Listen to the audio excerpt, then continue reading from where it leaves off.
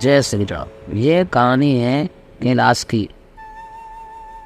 एक समय की बात है जब भोलेनाथ सती से बिछड़े तो वो वियोग में चले गए थे और सोम सरोवर में जाके और एक वृक्ष के नीचे पास में गुफा है, वहाँ समाधि पे बैठ गए।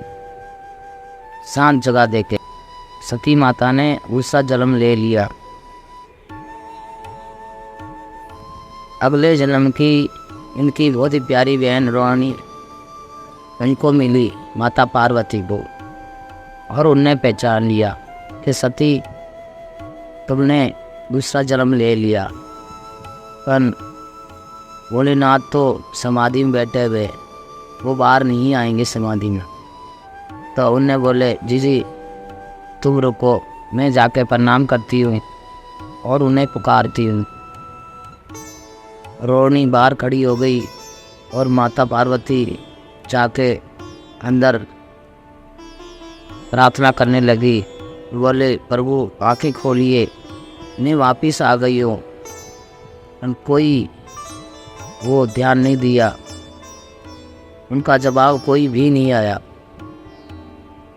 और उनके चरणों में माथा टेक के और काफ़ी माता रोई और बोले मुझे तुमने इतना जल्दी बुला दिया। और उदास होके माता बाहर निकली और दोनों बहनें उदास उदास वहाँ से निकल के वापस महल की ओर जा रही थी। तो बीच में नारद मुनि आ गए और बोले माता कैसे इतनी उदास हो, विचलित क्यों हो रही है, कि क्या करूं, मैं कितनी प्रार्थना कर लूं और वो तो मुझे पहचान भी नहीं रहे। और नारद मुनि ने बोला देव ऋषि जी ने कि तुम कृष्णा नदी के किनारे शुद्ध मिट्टी की शिवलिंग बनाओ, सावन का महीना है, और बेलपत्र आदि शिवलिंग बना के मिट्टी की और पूजा करो, अवश्य ही भोलेनाथ प्रसन्न हो जाएंगे और तुम्हारी प्रार्थना सुन लेंगे।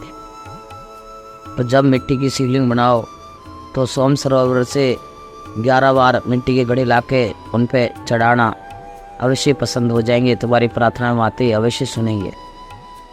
और शिवलिंग बनाने लगी माता।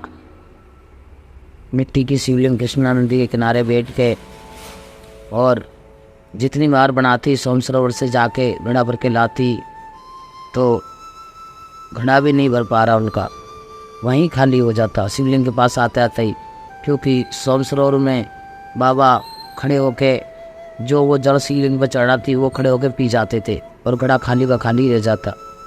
बहुत परेशान हो गई माता, किसी भी प्रकार से मिट्टी की शिवलिंग नहीं बना पा रही थी और माता की आंखों में से आंसू आने लगे। और मिट्टी जो शिवलिंग के लिए बना रही उसमें माता के आंसू टपके। उतने में श्री हरि नारायण बोले ऐसे बात नहीं बनेगी, कितनी परेशान हो रही है गौरी। और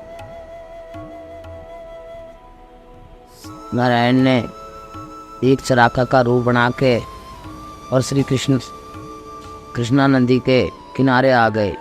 और जब मिट्टी बना रही माता तो बोले बहन मैं मदद करूं शिवलिंग बनाने में, कि नहीं मैं खुद ही बनाऊंगी, किसी की मदद नहीं लूँगी अनजाने की।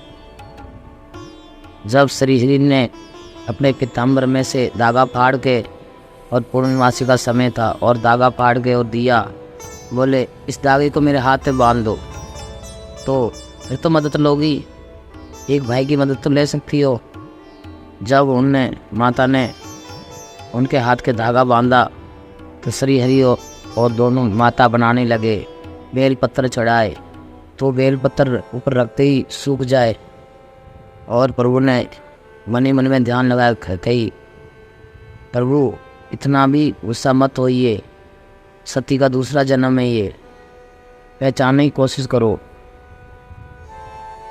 जब श्री हरि और माता पार्वती मिलके और शिवलिंग बनाई और प्रभु ने भी नारायण ने भी चिरागा के रूप में फूल चढ़ाए, बेल पत्थर चढ़ाए और माता ने भी चढ़ाए। जब शिवलिंग पूरी बन पाई।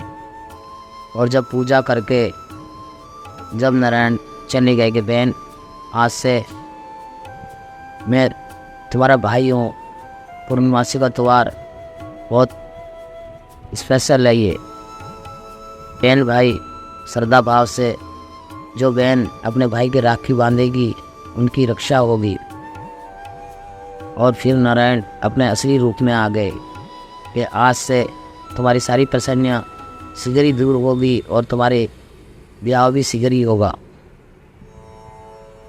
जब माता घड़ा लेके सोम सरोवर पर गई, जब उनका घड़ा भर पाया और घड़ा भर के शिवलिंग पर चढ़ाया और माता की पूजा पूरी हुई, जब वहाँ सोम सरोवर में भोलेनाथ प्रकट होके और उनको पहचाना और उनको विवाह का दिव्य जोड़ा दिया और बोले इसमें स्नान करो सोम सरोवर में। वहाँ एक हंस हंसनी का भी जोड़ा था। बोले इस जोड़ा को पहचानो, ये जोड़ा क्या बोल रहा है। जब माता ने पहचाना तो वो बोल रहे थे उमा और महादेव। बोले भोलेनाथ ने बोले तुम्हारी पूजा सफल हुई और तुमने मजबूर कर दिया। जब वो विवाह के लिए राजी हो गए तो माता रूठ गई और माता ने जब तक उनकी शिवलिंग नहीं बनी थी कोई भोजन नहीं करा था।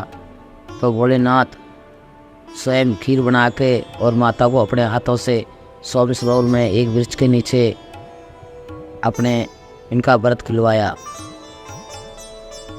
और उतने में नारद मुनि जी आ गए और बोले प्रणाम माते, आखिरी में तुम भक्ति में जीत ही गई और देवा का देव महादेव को मना ही लिया। और बोले देवऋषि आपका आशीर्वाद है ये।